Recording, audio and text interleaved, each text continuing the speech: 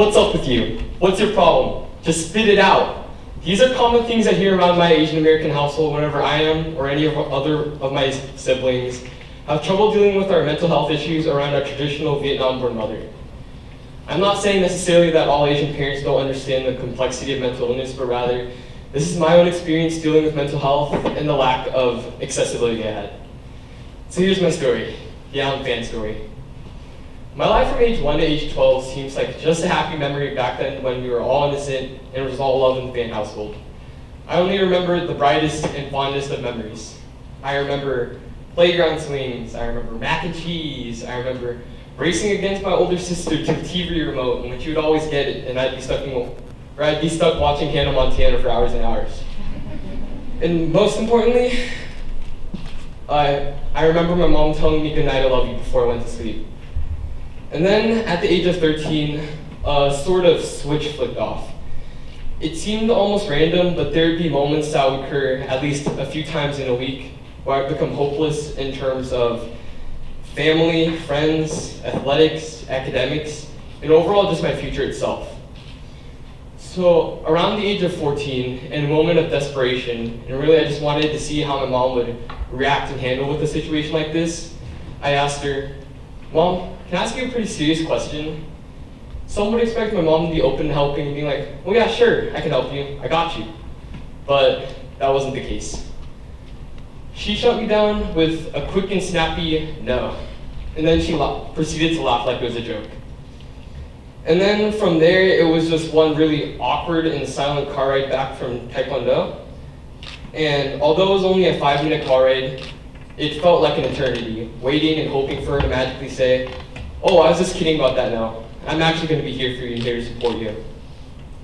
There are over 19 million people in the US who identify as Asian American and Pacific Islander, and of that population, 13% have been diagnosed with a mental illness.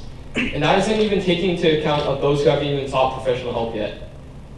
About a year ago, I had what you call a cry for help moment to my mom. Basically, this was the final straw for me, if you will. My mom was in the kitchen and I was working on my homework, and I'm not sure what exactly happened that day, but I was just super out of it. And I straight up told my mom, "Mom, I've been planning on killing myself sometime in the next 4 years." This was another moment where I expected my mom to just click and become super supportive and loving and caring. But nope, that wasn't the case. Want to know what she replied with? She replied with, "Why not make it sooner?" And then proceeded to laugh. According to the Anxiety and Depression Association of America, they state, Asian Americans report fewer mental health conditions than their white counterparts. However, they are more likely to attempt and consider suicide. There are several barriers between this population and mental health professionals. These include language barriers, stigma, and lack of awareness to resources and mental health services. There's a saying that anyone can be a mother, but it takes someone special to be a mom.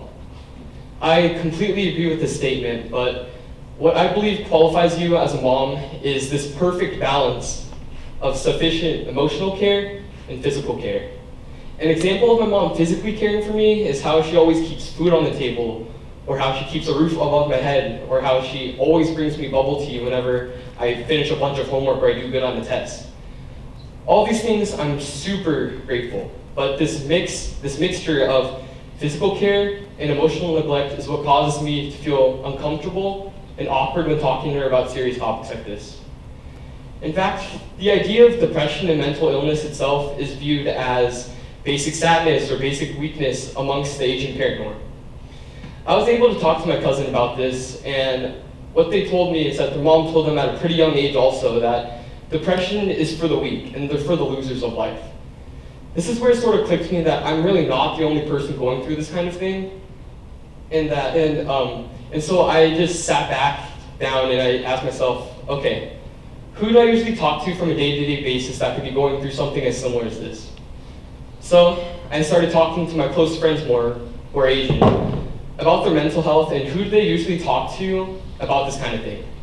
From what I've gathered is that in order for them to cope with situations like this, they either bottle up their emotions until they eventually burst, or they talk to a friend about this. Because you see, there's this common similarity both my friends and I have, and it's that we both lack a trusted and dependable adult figure that we can lean on and talk to about things such as mental health or emotions. Because you see, I've lacked a father figure over the course of my life, and I've never really understood what it means to be a dad. But if I were given the opportunity to talk to adult Alan in the future, who's a father hopefully, I'd tell him this. Setting up your child for good grades, good study habits, and the ability to make 6 figures annually doesn't determine the wellness or satisfaction of your child with their own life. It takes love, it takes care, it takes heart. It takes the ability to sit down one-on-one with your child and be able to talk to anything and everything about with a sense of transparency and comfortability. Because if I were to talk about this with my mom or something, I'd almost find it pointless. She's a very stern and solemn person, and if I were to rant her, it'd be sort of like ranting to a brick wall. So, especially with a topic like mental health, I really need someone to just sit down and just allow me to just talk and just for them to listen and allow myself to be heard. So the person I turned to actually was my older cousin. He's in his later 20s, so he's in that sweet spot where he's a little bit younger, so he understands where I'm coming from a youthful perspective, and he's also older than me, so he's a bit wiser than me. What he's told me is that depression actually runs in the family, and it's very common that we rarely seek professional help. What I found helpful with getting your message across to an adult and allowing yourself to be heard is that you need to be prepared with the information on what you're going through and what kind of help you need in order to get you through this situation in life. Because chances are, sometimes your parents might not be able to help you in this sort of case. But it's always good to inform them and get your message across and present them the opportunity to talk about something as serious as this. My mom is a very hardworking person who possesses a deep love and care for me somewhere deep, deep inside her heart. She's been through a lot. She's been through 2 husbands. She has to take care of 4 kids all by herself. She has to juggle a job. She even had to immigrate all the way over here from Vietnam and adapt to the culture and life. She's a very hardworking person that I admire deeply. So you're sitting here probably wondering, what's been keeping you going throughout all of these heaps and hills of depression and searching? And I sat back down and pondered, what's my goal in this world? What's my life's purpose? What can I give to you all? And what I've found out is that my goal in life really isn't to, be traveling to exotic places, driving expensive cars, being my own boss, making a bunch of money.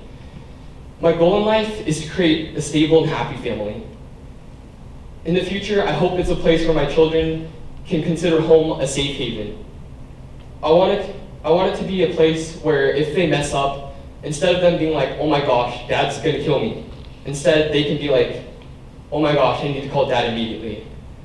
I want to emulate the childhood life and memories I've always witnessed as a kid, the amount of happiness I had back then. And at the same time, I want to simulate also the emotional care and support I've always wanted as a teenager. We talk to a bunch of different people in our everyday lives. Some seem like the most joyous and well-composed people that have the brightest of future ahead of them. And some are in the slumps and they're dreading life, wondering how they're going to make it throughout. Chances are both could potentially not have a person to talk to in terms of their emotions, their feelings, or their mental health. That's why we need to reach out to them and take first action. We can't wait for a cry for help moment before it's too late. We can push towards a better future where venting your feelings and ranting isn't considered as a sign of weakness or vulnerability.